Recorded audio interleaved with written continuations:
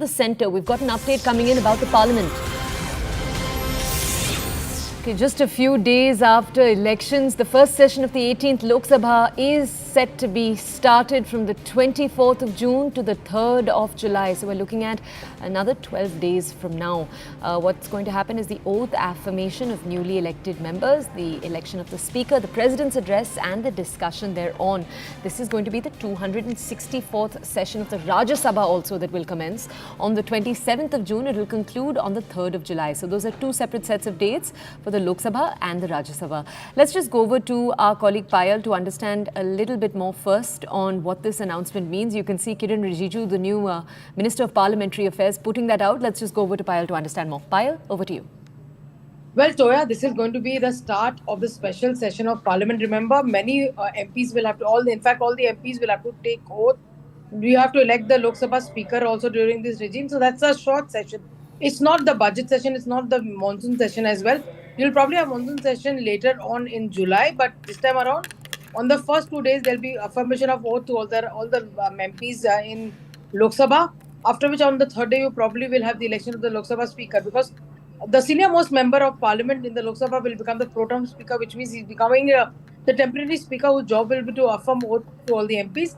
And in this case, it could be K. Suresh from the Congress party, given the fact that he is an eight-time member of Parliament. He's likely to do that. It's a very short session just to finish these formalities, and then later in the month of July, we'll have a full-fledged monsoon session of Parliament in which the union budget will be also presented. Payal, stay with us, please. Our colleague Pallavi is also with us right now on the phone. Pallavi, we know that for the two key allies of the BJP, the TDP and the JDU, apart from the cabinet berth allocations that have already taken place, of which they did not get the numbers they'd asked for, the other key demand has been for the Speaker's post, apart from a financial package. Could we see that Speaker's post question answered in the next few days?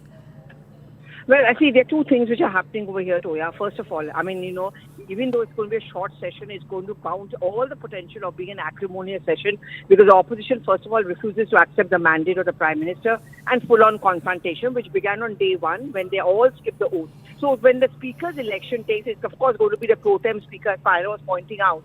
That's a formality. You have to give oaths to all the MPs. But when the Speaker's election goes, obviously the numbers are with the government's choice gets to become the Speaker.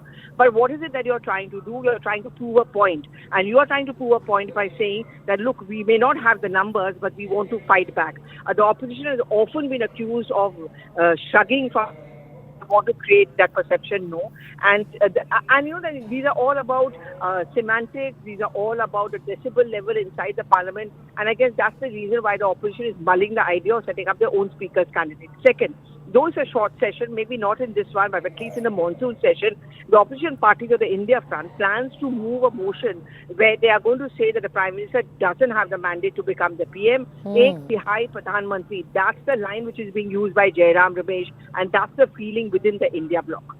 And is there, Pallavi, because we've talked about the NDA versus the INDIA bloc, but within the NDA itself, is there a tug of war still around the Speaker's post?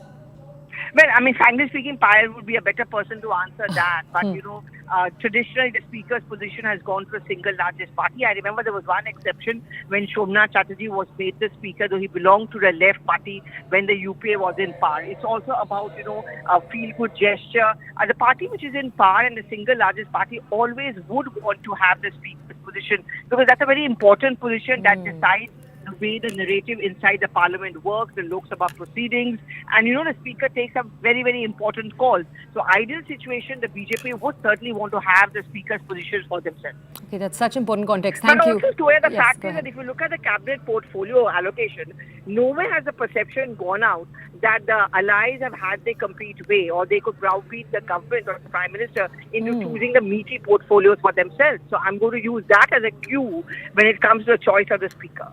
Thank you for pointing that out for us. Okay, let's go over from